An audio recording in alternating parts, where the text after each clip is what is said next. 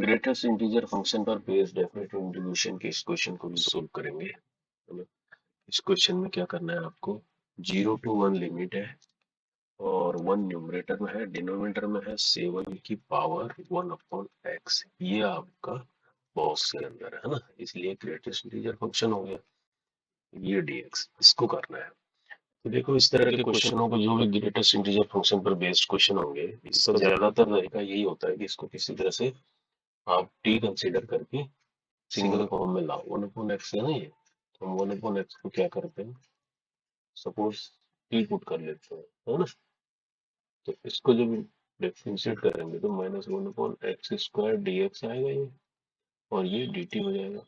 तो यहाँ से अगर हम dx लेना चाहें तो dx क्या हो जाएगा, माइनस हो जाएगा, x² इधर चला जाएगा, x² यहाँ से क्या होगा, 1/t² हो जाएगा, t² dt ये मिल जाएगा। अब t में कन्वर्ट हो गया, तो जब x की लिमिट 0 थी तो t की लिमिट क्या आ जाएगी, इनफिनिट हो जाएगी, है ना। और जब x की लिमिट, यहाँ पर लिमिट 1 थी तो t की लिमिट 1 ही रहेगी, ऐसा हो जाएगा। और जब इसको रखेंगे dx को -1/t² dt तो ये माइनस बाहर आ जाएगा, और 1/7 में इस बॉक्स के अंदर बन जाएगा t अब आपके पास, और ये जाएगा 1/t² और dt। अब माइनस बाहर है तो हम इसकी इंटीग्रेशन लिमिट चेंज कर सकते हैं, अपर को लोअर बना सकते हैं, लोअर को अपर बना सकते हैं। कहने का मतलब क्वेश्चन इस तरह से हो जाएगा, ये 1 to इनफाइनाइट और 1/7 की पावर हो जाएगी t, 1/t² dt, इस तरह से हो जाएगा।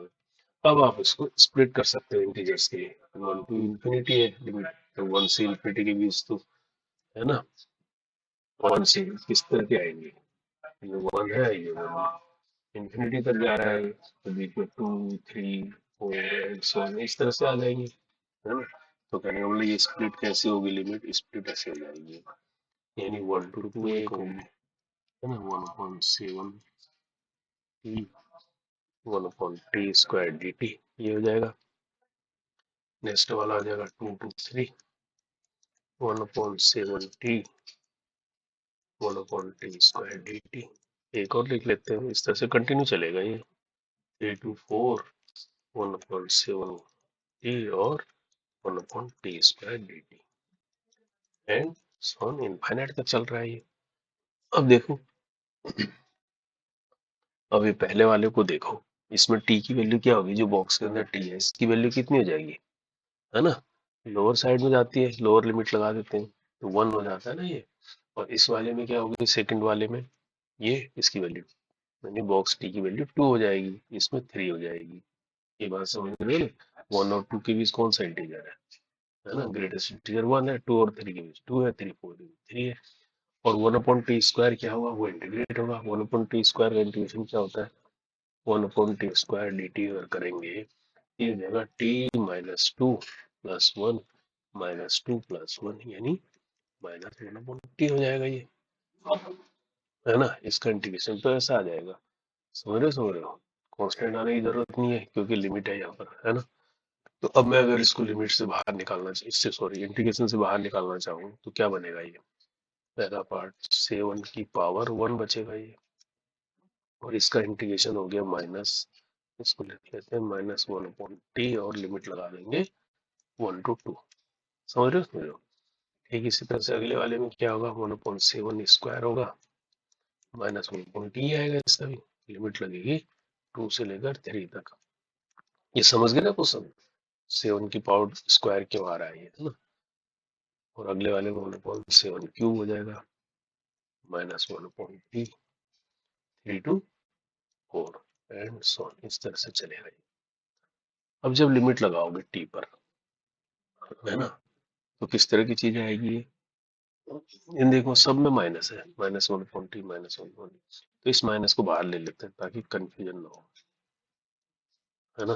तो पहला पार्ट ये बन जाएगा, पहला फर्स्ट टर्म ये बन जाएगी 1/ माइनस तो बाहर ले लिया हमने, तो 1/t हो जाएगा अभी, 1/t के अंदर लिमिट लगा दी मैंने, तो क्या हो जाएगा, मैं लिख लेता हूँ इसको एक ब्रैकेट में, है ना, 1/2 - 1/1 हो जाएगा नहीं हो जाएगा, +1/7², क्योंकि माइनस बाहर ले चुका हूँ है ना। तो यहाँ पर 1/3 माइनस 1/2 बचेगा।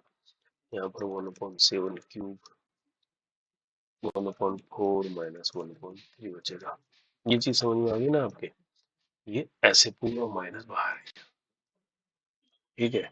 अब इसको थोड़ा सा और करेंगे, इसको किस तरह से करेंगे अब इसको देखो। इसको करने का तरीका ये है, ये वाले क्वेश्चन ये बस इसके साथ है ना, इनको एक साथ ले लेते हैं।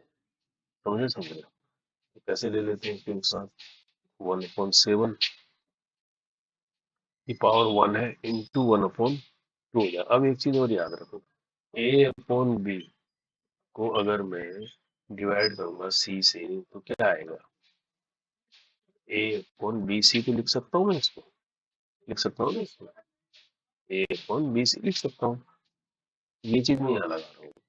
यहाँ क्या मैं लिख सकता हूँ, इस वाले को जब मैं लिखता हूँ 1/7 की पावर 1 कह सकता हूँ मैं इसको, और नीचे 2 तो वापस यही आ जाएगा ना 2 फर्स्ट पार्ट। और सेकंड पार्ट में क्या बचेगा, 1/7 का स्क्वायर ये बनेगा 3 प्लस 1/7 का क्यूब बचेगा 4 एंड सॉल्व। ये चलेगा ये वाला। अब इसमें भी एक और ब्रैकेट लगा देता हूँ, ये वाला ब्रैकेट।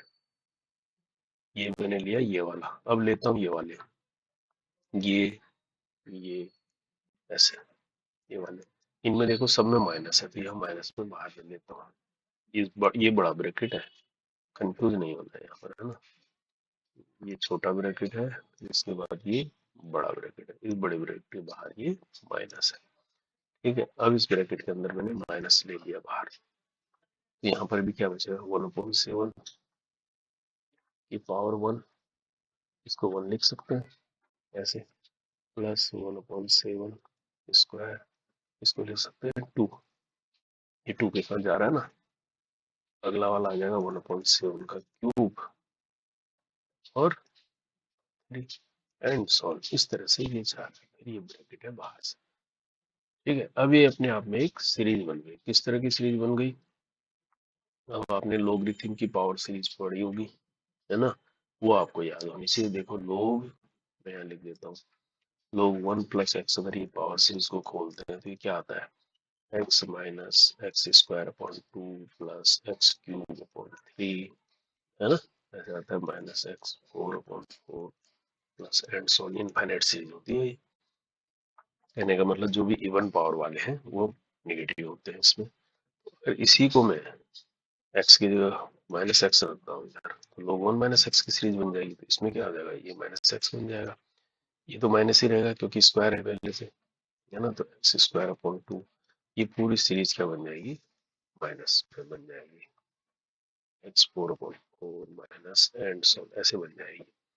समझ रहे। तो इसको और थोड़ा सा समराइज करें तो हम इसको ऐसे भी लिख सकते हैं, माइनस बाहर लेके x + x² 2 plus x³ 3 plus x4/4 and so ऐसे बनेगी सीरीज। अब इसके दोनों पोर्शन देखो, ये क्या है, लोग 1 - x की वैल्यू आ गई। अब यहां से देखो इस क्वेश्चन, इसको इक्वेशन नंबर 1 कर देते हैं। अब इसका जो ये वाला पार्ट है, सेकंड पार्ट, देखो सेकंड पार्ट में क्या हो रहा है, अगर x 1/7 को मैं x मान लेता हूँ तो ये x/1 ही तो बोल सकते हैं इसको, है ना। तो x/1 x² 2 x³ 3 ये सब चल रहा है। इसका मतलब ये log 1 - x बन रहा है। अब इसको देखो बाहर माइनस है, इसको मैं इधर ऐसे भी लिख सकता हूँ, log 1 - x, ये वाला माइनस में इधर ले लूँ कंफ्यूजन को दूर करने के लिए। तो ये पूरी सीरीज प्लस में बन जाएगी, प्लस x³ प्लस x। ये सब मैं आपको समझाने के लिए लिख रहा हूँ, स्टेप टू स्टेप, है ना।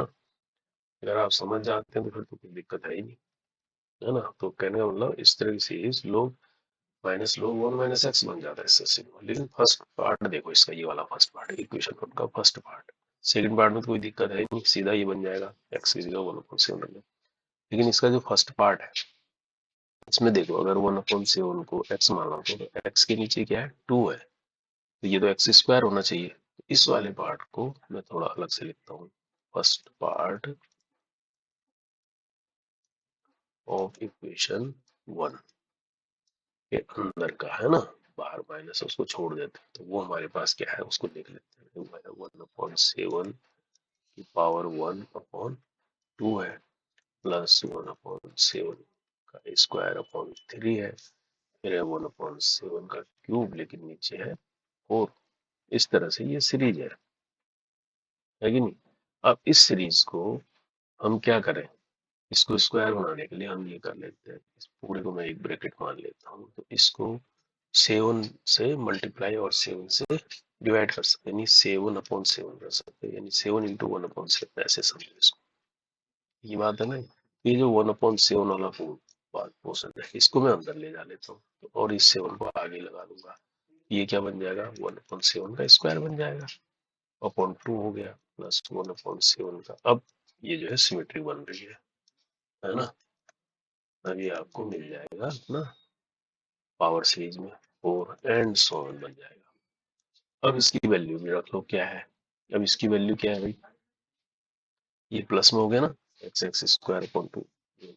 लेकिन अब यहाँ पर एक और इशू, एक्स यहीं तक है, ये यहाँ से शुरू हो रही है, ये x² अपॉन 2, इसमें तो x भी है, तो इस x को वो इधर ले जाएंगे, तो इसको हम इस सीरीज को ऐसा भी लिख सकते हैं, log 1 - x लिख लें, तो ये क्या बन जाएगी x² अपॉन 2, है ना।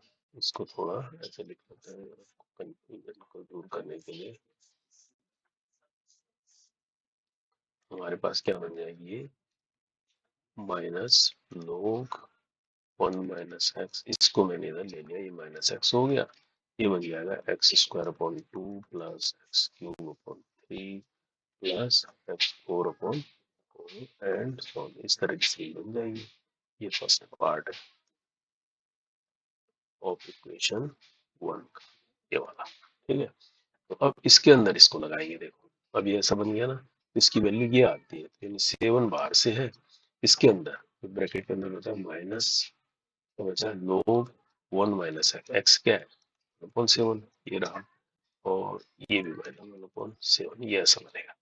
अब ये जब 7 अंदर जाएगा तो ये क्या बन जाएगा -7 log, इसको भी मैं खोलूँ 7 × 7 7 6/7 लिख सकता हूँ इसको, और ये क्या हो जाएगा प्लस, सॉरी प्लस कह रहा हूँ, साइन में तो कोई चेंज नहीं होगा ना, -1 हो जाएगा, 7 को हमने 7 इसके साथ भी आ गया, इसके साथ भी आ गया, ये पूरी वैल्यू ये आ गई, ये किसकी, इस ब्रैकेट की आ गई फर्स्ट पार्ट वाले, फर्स्ट पार्ट वाले का ये आ गया, ठीक है, इक्वेशन 1 के फर्स्ट पार्ट का। अब सेकंड पार्ट का तो सीधा ही है, सेकंड पार्ट जो है ऑफ इक्वेशन 1, ताकि आपको कंफ्यूजन हो इसलिए मैं इसको ऐसे लिखा हूँ। तो सेकंड पार्ट क्या है 1/7 का 1/1 है ना, प्लस 1/7 स्क्वायर का 2 है, प्लस 1/7 क्यूब का क्यूब है, एंड सो है, ऐसा है। तो इस वाले पार्ट का आंसर क्या हो गया हमारे पास, इसका तो सीधा हो जाएगा log माइनस log 1 - x, तो इसका हो गया माइनस log 1 - 1/7, ये हो गया इसका, ये सेकंड पार्ट का आंसर हो गया इस वाले का, ठीक है, इसका आंसर हो गया ये, और इसका आंसर था ये। अब इन दोनों को हम कहाँ रखेंगे, वैल्यूज इन इक्वेशन 1। अब इक्वेशन 1 में ध्यान रखो बाहर से भी माइनस है पूरा ब्रैकेट में ना, नाउ फ्रॉम इक्वेशन 1 में बाहर किए था, फिर अंदर एक ब्रैकेट था, फिर जो पहला वाला पोर्शन था ये ब्रैकेट, इसका आंसर था -7 log 6/7 - 1, ये आया था। फिर यहाँ पर एक माइनस है बाहर से, इसके अंदर आया माइनस log, देखो इसको भी ये लिख सकते हैं -log, है ना 6/7 लिख सकते हैं, तो ये log आया 6/7, ऐसा है, बाहर से ऐसा ब्रैकेट है। इस तरह से हमारा इक्वेशन 1 बन गया। अब जब इक्वेशन 1 को थोड़ा खोलेंगे, पहले अंदर वाले को खोल लो, ये हो गया -7 log 6/7 - 1, इस माइनस को खोलेंगे तो प्लस हो जाएगा log 6/7 हो जाएगा नहीं हो जाएगा। अब बाहर ये माइनस है, अब देखो ये और ये क्या, ये माइनस में ये प्लस में सेम चीज है, बाहर अगर माइनस ही रखता हूँ अभी, ये क्या आ जाएगा -6 log 6/7 -1 ये आ जाएगा। अब इस -1 में ले जाता हूँ तो पॉजिटिव हो जाएगा पूरा 6 log 6/7 +1 है ना। तो ये आंसर हो जाएगा इसका 6 log 6+7 +1 यानी सेकंड वाला आंसर है। तो इसमें थोड़ा सा इसको ऐसे लिख दिया, हम ऐसे लिख सकते हैं, 1 को आगे लगा सकते हैं, 1 + 6 log 6/7 ये इसका आंसर हो जाएगा। तो इसमें ये सीरीज याद रखनी है आपको, लॉगरिथम की पावर सीरीज, और इसको सिस्टमेटिक तरीके से करोगे ताकि साइन में कंफ्यूजन हो। देखो इसी तरह का इसने एक की भी दे दिया, फर्स्ट वाला भी है ना, साइन से कंफ्यूजन करने के लिए। इसका सही आंसर ये